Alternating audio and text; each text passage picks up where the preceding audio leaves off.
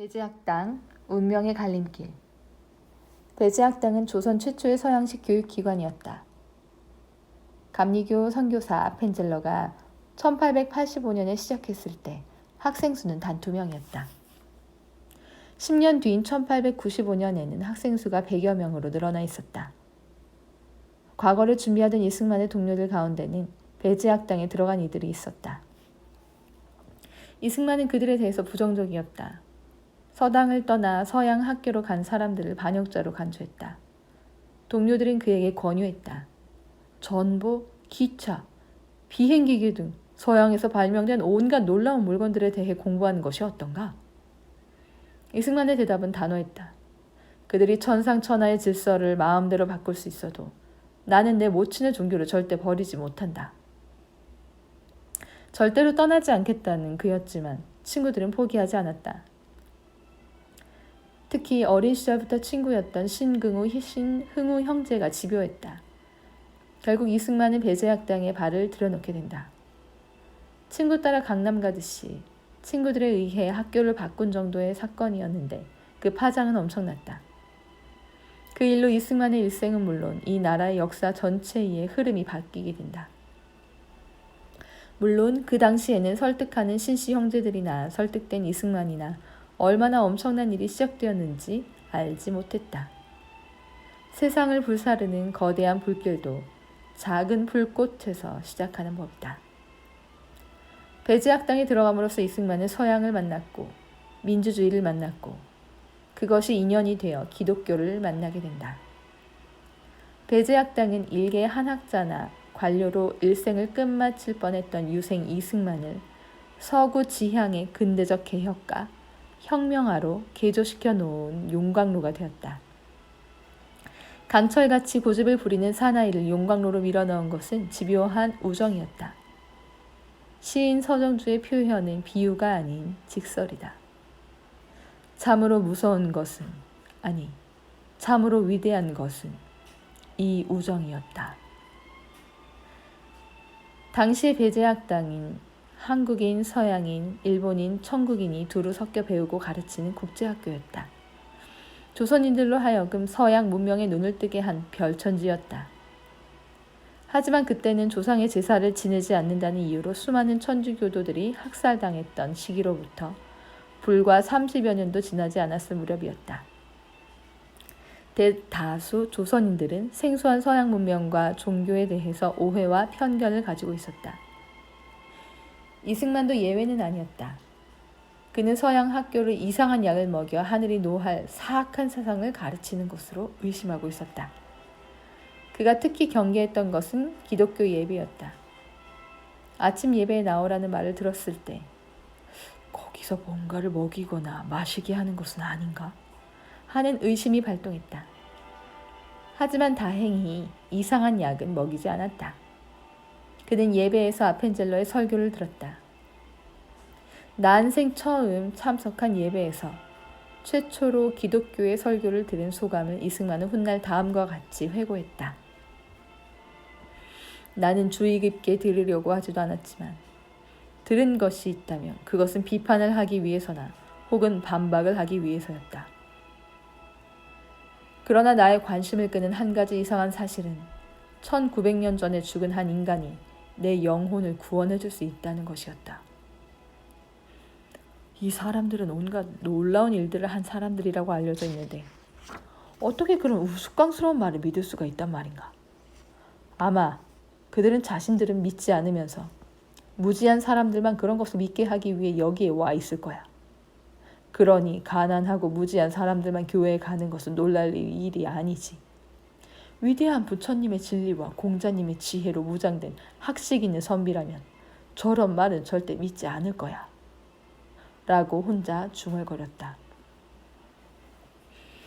기독교는 터무니없는 것이었지만 영어는 필요했다. 이승만은 발전된 미국의 문물을 받아들여야겠다는 생각에 영어 공부에 몰두했다. 어려서부터 발휘되어 왔던 천재성은 영어 습득에서도 빛을 발했다. 불과 6개월 만에 배제학당의 영어 교사로 임명된 것이다. 영어 학원이나 테이프는 물론 사전조차 없던 시대에 6개월 만에 영어를 마스터하고 교사까지 된 것은 신기에 가까운 성취였다. 이때부터 영어는 그의 일생에 소중한 도구요 무기가 된다. 민주주의의 눈뜨다. 1896년 역사의 물줄기를 바꾸어 놓은 인물이 배제학당에 부임했다. 개화파의 선구자였던 서재필이 12년 만에 귀국한 것이다. 김옥균을 비롯한 개화파들의 쿠데타인 갑신정변이 실패로 끝난 뒤 그는 역적으로 몰렸다. 그의 가족들은 처가와 외가까지 모두 처형당했다. 일본으로 도피했던 서재필은 천신만고 끝에 미국으로 건너왔다. 그곳에서 워싱턴 대학 의학부를 졸업하고 미국 시민이자 의사가 되어 미국인 부인과 함께 귀국한 것이다. 서 박사는 한동안 장안의 명물이었다. 그가 실크 해트에 모닝을 입고 그의 색다른 부인과 같이 길거리를 걸어 다닐 때는 늘 몇십 명씩 구경꾼이 그 뒤를 졸래졸래 따라다닐 정도로 그는 유명 인사가 되었다. 서재필은 학생들에게 새로운 세계를 열어주었다. 미국과 성경과 서양 역사 등 새로운 지식이 그에게서 쏟아져 나왔다. 이승만을 배제학당으로 이끌었던 신흥호에 의하면 이때 서재필에게 태어나서 처음으로 민주주의라는 말을 들었다고 한다. 갑신정변의 혁명가답게 서재필은 배제학당에서 혁명적인 시도를 한다. 조선 학생들에게 미국 고등학교에서 배운 토론을 훈련시킨 것이다. 그가 주도한 토론 모임이 협성회의다. 협성회의 진행 방식은 먼저 토론의 주제를 정한다. 그리고 두 팀으로 나누어서 한 팀은 찬성, 한 팀은 반대하는 연설을 하겠다. 당시에는 토론 문화는 물론 토론에 관련된 용어 자체가 없었다. 쟁점 사항을 전체 투표에 회부한다든지 의장의 결정에 의의를 제기한다든지 하는 개념도 없었다. 그런 시절에 시작된 협성회는 조선에서 처음으로 조직된 의회에 가까운 모임이었다. 협성회가 조직될 때 이승만은 창설 멤버 13인 중에 하나였다. 훗날 그는 서기를 맡고 회장도 되는 등 협성회의 주요 멤버로 활약했다. 토론의 주제는 처음에는 비정치적인 것으로 시작했다. 배제학당에서 한복을 입을 것인가 아니면 서구식 옷을 입을 것인가? 부녀자의 교육이 필요한가? 체력 운동이 필요한가? 등등이었다. 토론이 열기를 더해가고 참가자들의 실력도 늘어가면서 주제는 점차 정치색을 갖게 되었다. 24회에는 한국에서 상하 양원을 둔 의회제를 성립해야 한다. 27회에는 각종 정부 기관에 고용된 외국인 고문관들은 해고되어야 한다는 주제가 선정되었다. 토론의 주제들 가운데 주목할 만한 것은 우리나라가 종교를 예수교로 감히 가함이다. 이때는 이승만이 기독교로 개종하기 전이었다. 하지만 기독교가 갖는 개화의 위력에 대해서는 깊이 공감하고 있었다. 훗날 그가 감옥에서 발전시키게 되는 기독교 입국론의 씨앗은 협성회 시절부터 심겨졌다. 학생들을 위주로 진행되던 협성회는 점차 일반인도 참가하는 정치 토론회의 장으로 발전해갔다. 이승만은 서재필의 가르침과 협성회 활동에 매료되었다. 어릴 적부터 무엇 하나에 몰두했던 습관이 어김없이 발휘된 것이다. 그 시절에 대한 이승만의 회상을 소개한다. 내가 선교사들이 운영하는 학교에 나가게 된 것은 오직 영어를 배우겠다는 일념 때문이었다. 영어를 배우겠다는 포부는 달성했지만 곧 영어보다 훨씬 중요한 것을 알게 되었다. 정치적 평등과 자유의 사상을 알게 된 것이다. 조선인들이 당하는 정치적 압제를 아는 사람이라면 기독교 국가의 국민들이 통치자들의 압제로부터 보호받고 있다는 것을 처음 알게 된 내 가슴에 어떤 혁명이 일고 있었는지 쉽게 상상할 수 있을 것이다. 나는 스스로에게 말했다. 우리가 이런 정치 원리를 채택할 수만 있다면 고통에 처한 동포들에게는 축복이 될 것이다. 배제학당 시절 이승만이 절친한 친구로 주성호가 있다. 훗날 주시경이라는 이름으로 널리 알려진 한글학자이다. 그는 그때부터 우리 글 연구에 열심이었다. 그래서 사람들 사이에선 이런 말이 떠돌았다. 주시경은 한글을 연구하러 배제학당에 다니고 이승만은 정치를 하러 다닌다. 토론이 거듭되면서 참석자들의 자신감도 커졌다. 당대에 가장 앞서가는 학문을 배우고 운변술 토론법, 설득 기술까지 배웠으니 사기가 충천했음은 물론이었다. 게다가 계속해서 흔들리고 있던 조선의 운명은 젊은 피를 뜨겁게 했다. 그들은 사명감에 불타서 토론회를 거리로 끌고 나가야 한다는 주장을 제기했다. 협성회의 정치색이 분명해질수록 난처해지는 쪽은 학교 측이었다. 배제학당을 이끌었던 선교사들은 선교 사역을 위해서 정부와 원만한 관계를 유지해야 했다. 그런데 정부 정책에 비판적인 학생들의 모임에 일반인들도 점차 가세하고 있으니 부담스러울 수밖에 없었다. 정부 역시 곱지 않은 시선을 보내고 있었다. 아펜젤러 학장은 어쩔 수 없이 학생들에게 자제해 줄 것을 여러 번 당부했다. 협성회는 자제하기보다 확장하는 쪽을 선택했다.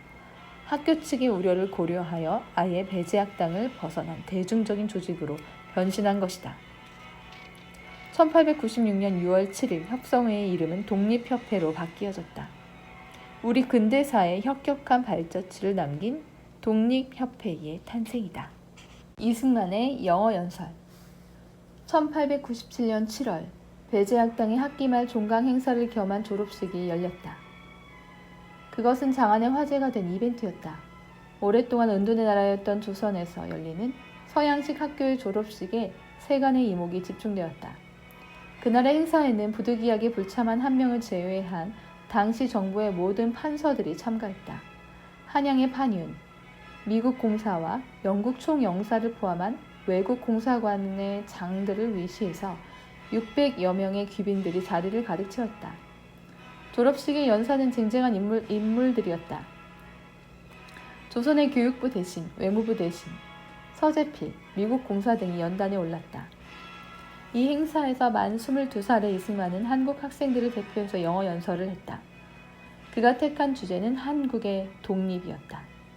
그는 당시의 조선인들에게는 들을 수 없었던 유창한 영어로 열변을 토했다. 청중들은 아낌없는 박수갈채를 보냈다. 그때부터 이승만은 젊은 애국자, 조선에서 제일 영어를 잘하는 청년으로 유명해졌다. 배제학당의 학장이었던 아펜젤러가 편집한 영문 잡지 한국 휘보는 그날의 장면을 이렇게 보도했다. 이승만의 연설은 전체 졸업식 프로그램 중 가장 야심적인 부분이었다. 영어로 된 독창적인 운변이었다. 이제 막 피어나는 이 졸업생 대표는 한국의 독립이라는 주제를 선택했는데 이는 한국에서 처음 있는 대학 졸업식 사이의 주제로서 참으로 적절한 것이었다. 이 나라의 독립만이 젊은이들이 받아온 훈련의 결과를 필요로 하는 일터를 제공할 것이다. 국가의 독립은 실질적이고 굳건하며 영속적이어야 한다. 는 연설이 행사의 활기를 불어넣어 주었다. 이 씨의 어법은 상당히 좋았고 그의 감정은 거침없이 표현되었으며 그의 발음은 똑똑했으며 명확했다. 서재필의 독립신문 영문판도 호의적으로 보도했다. 그는 한국과 중국의 과거의 관계를 그리고 청일 전쟁을 통한 한국 독립의 성취 과정을 되돌아보고 한국이 현재 직면하고 있는 과제들과 위태로운 사항에 대해 논의를 전개하였다. 그의 거침없는 말들은 관객들로부터 열렬한 박수를 받았다. 협성의 회보와 고목가. 이승만의 평생 있는 최초라는 칭호가 따라다녔다. 그만큼 앞서갔던 선구자였던 증거이다.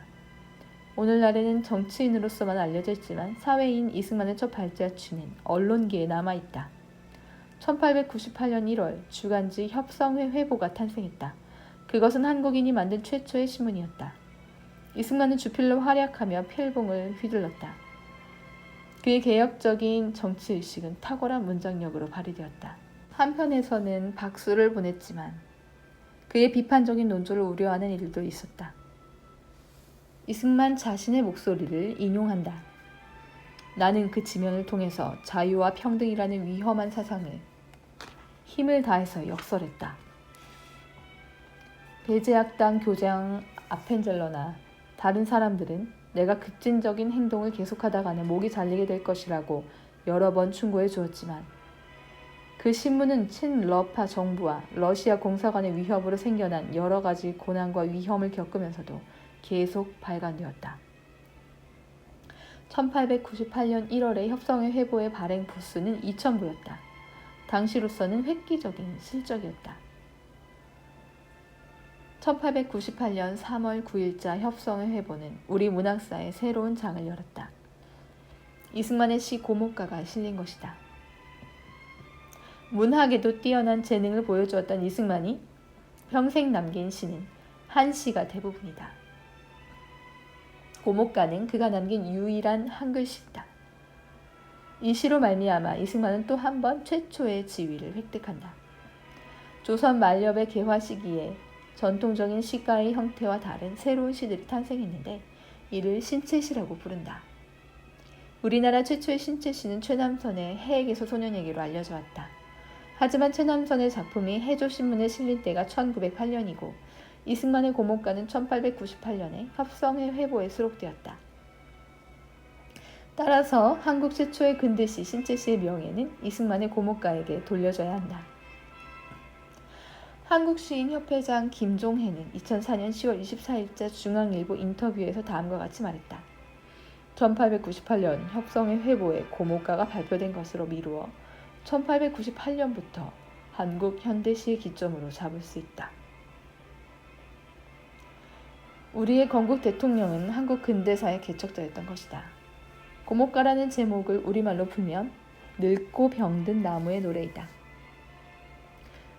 젊은 애국자가 본 늙은 나라를 향한 감상이다.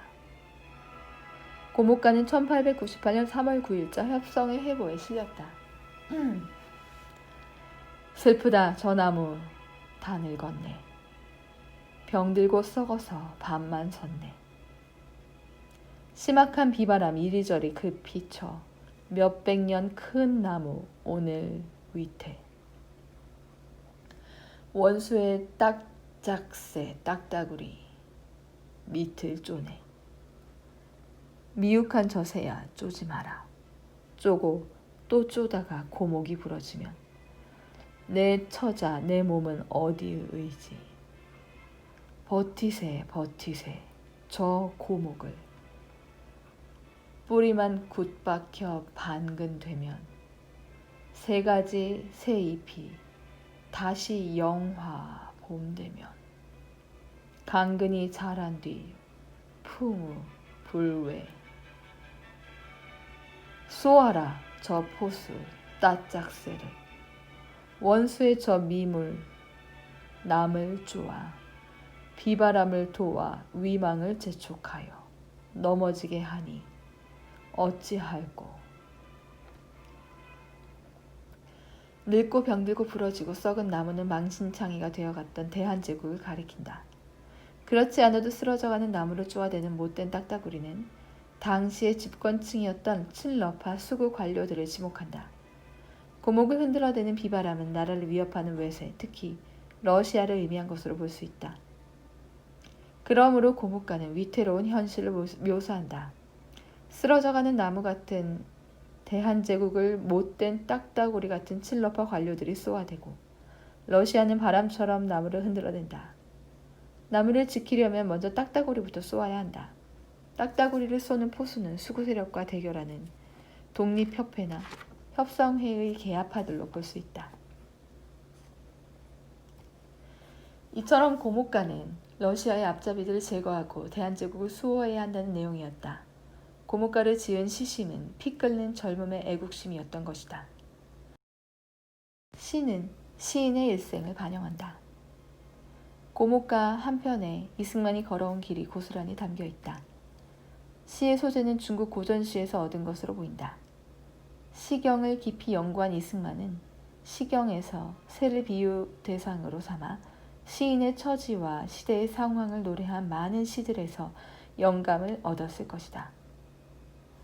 또 고목가의 율조와 형식은 언더우드 선교사가 1894년에 펴낸 최초의 본격적인 찬송가집 찬양가의 초판에 나오는 노래를 모방한 것이다. 따라서 고목가는 도동서당에서 한시를 깊이 공부한 다음 배제학당에서 영어와 찬송가를 배운 이승만이 동양의 소재와 서양의 형식을 절충하는 한편 자신의 시작 능력 및 한글 전용 의지를 가미하여 지은 시였다.